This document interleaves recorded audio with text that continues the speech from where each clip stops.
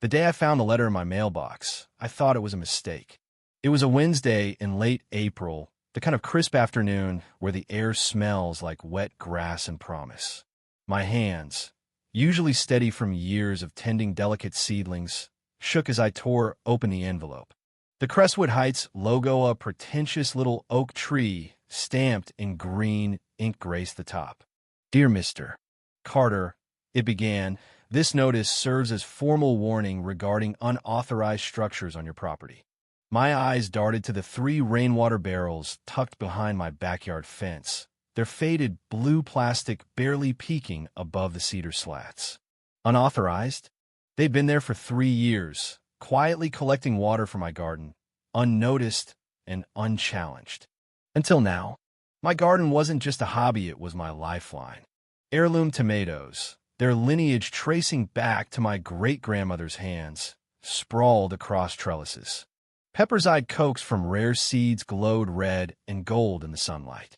Every plant thrived on the pure rainwater I'd harvested, free from the city's chlorinated supply. I crumpled the letter, anger simmering in my chest, and stormed next door to my neighbor Ethan's house. He was already on his porch, holding a similar envelope, his face a mask of exhaustion. You too? Huh, he said, while VYing his notice.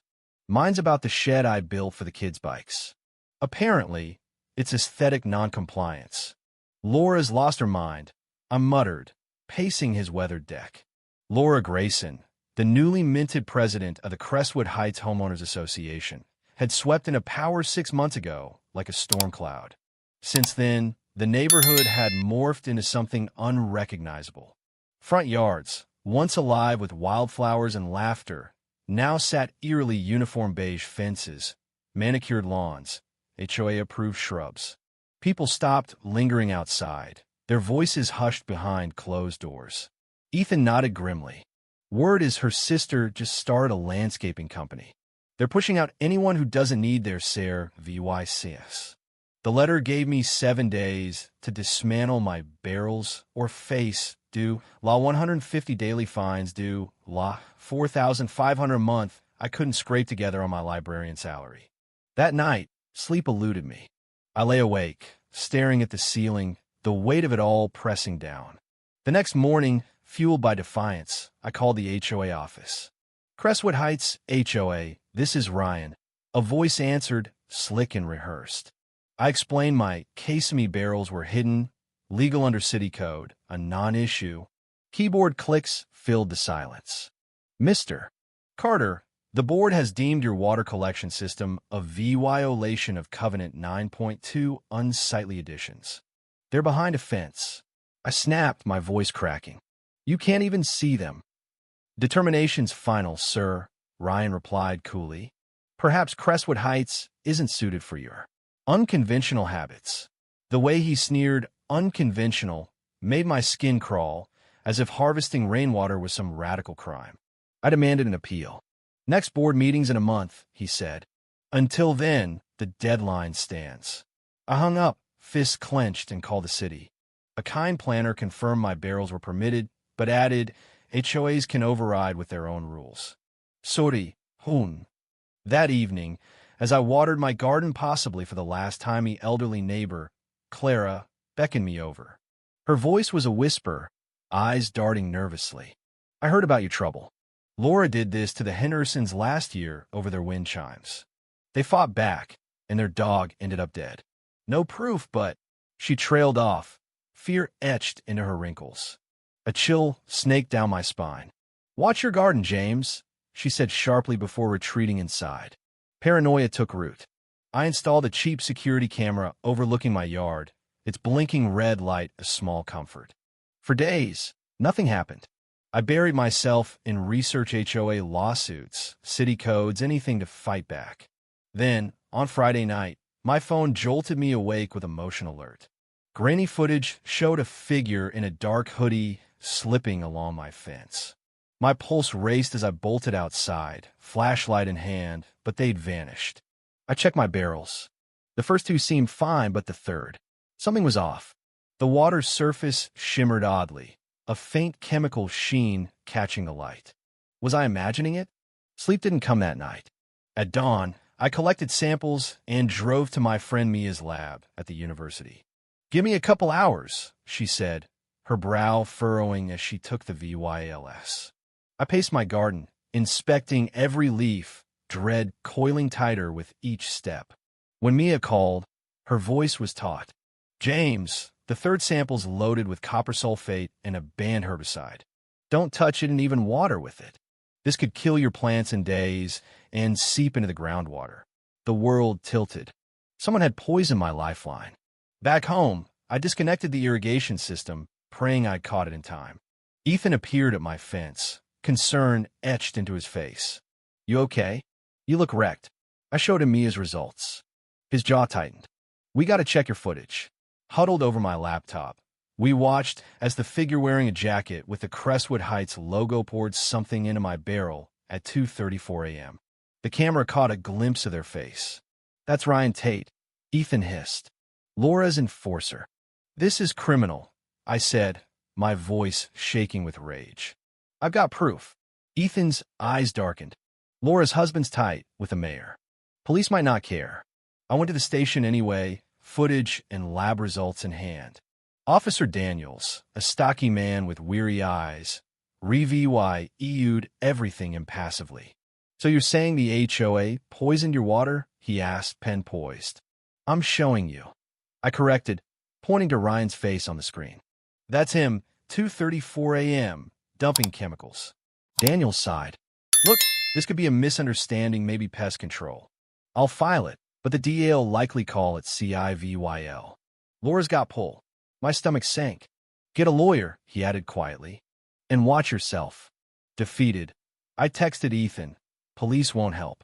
CIVYL, not criminal." His reply came fast, not surprised. "Come over back door." At his house, I found not just Ethan, but 6 others crammed around his dining table. Clara, the Patel twins from down the street, Mrs.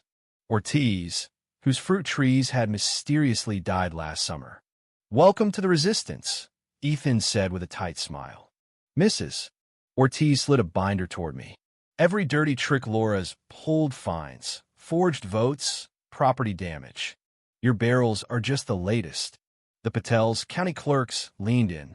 Laura's sister's company, Green Vista, signed a due law $300,000 HOA contract last month.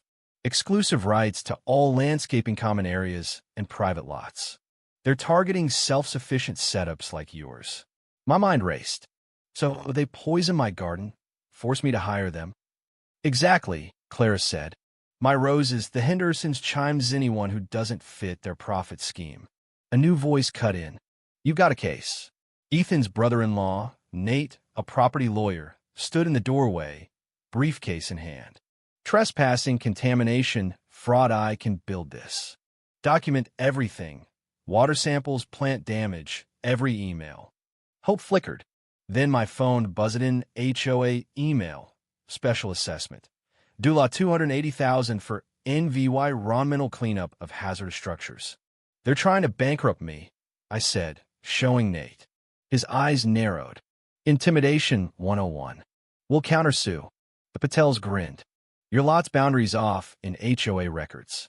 Those barrels might be on your land, not theirs. Property theft's a bold move. You can use it." That night, walking home, I saw a landscaping crew loading my barrels onto a truck, yellow tape marking my garden as a hazard. Ryan Super VY said, smirking. Laura emerged from the shadows.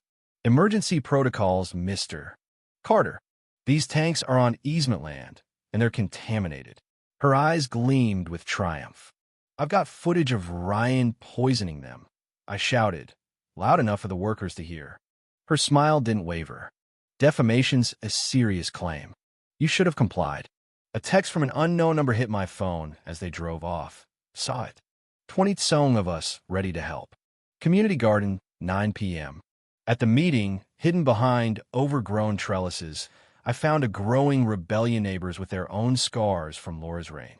"We've got EVY Denke," Mrs. Ortiz said, "but we need a spark." I thought of the manure pile I'd seen behind the garden, shed 500 pounds of fresh, pungent defiance. "How about this?" I said, half joking. The group erupted in tense laughter. Clara, a retired chemist, calculated precisely 180 pounds to fill their office, no damage to electronics. Ethan, ex-HOA treasurer, offered the backdoor code. They're at the club every Thursday, 12 to 1.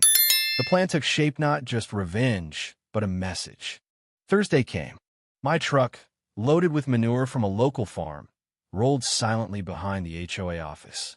Ethan and the Patels flanked me, 7 of us moving like a guerrilla unit. Perimeter secure, Mrs. Ortiz whispered, posing as a gardener. I punched in the code, heart pounding. Inside, we worked fast, manure spread across the pristine floor, a stinking protest. I left a USB of Ryan's footage on Laura's desk, labeled for the board. At 12:47, we were out, truck scattering. Then chaos hit. Texts flooded in, Ryan at Ethan's, Laura at mine. An emergency meeting was called for 3 p.m. They knew. My camera showed Ryan scoping my truck, that morning feed been watching. Nate met me at the community center, grim. Laura's pushing charges. D-Ace in her pocket. I rallied our group 73 homeowners strong and stormed the meeting. Laura's gavel slammed. This is about James Carter's vandalism. I stepped up. No, it's about you poisoning my garden. The screen lit up with Ryan's footage. Laura's voice damning her. Kill his garden. Secure the contract. The room ignited. Her daughter, Emily, emerged, trembling, with more EVY Densidash cam audio of Laura's orders. Mark, Ryan's alias, confessed, exposing kickbacks and targeting. A vote ousted the board, but Laura's husband hissed, "This isn't over." Spring bloomed anew. My garden recovered, the neighborhood breathed freer. Mark sought redemption, tending public plots. But Laura vanished, her allies quiet too quiet. One night, a note slipped into my door. "You won the battle. The war's mine." I smiled grimly. Let her come. Crestwood Heights was ours now. If you were the one in this story, how would you react? Would you stand up and fight back, or accept the unreasonable pressure and control from the HOA? Share your thoughts in the comments below. And don't forget to subscribe, like, and share this VY Deo with more people. Your small action gives us the motivation to keep bringing you more intense and engaging stories. Thanks for watching, and we'll see you in the next VY Deo.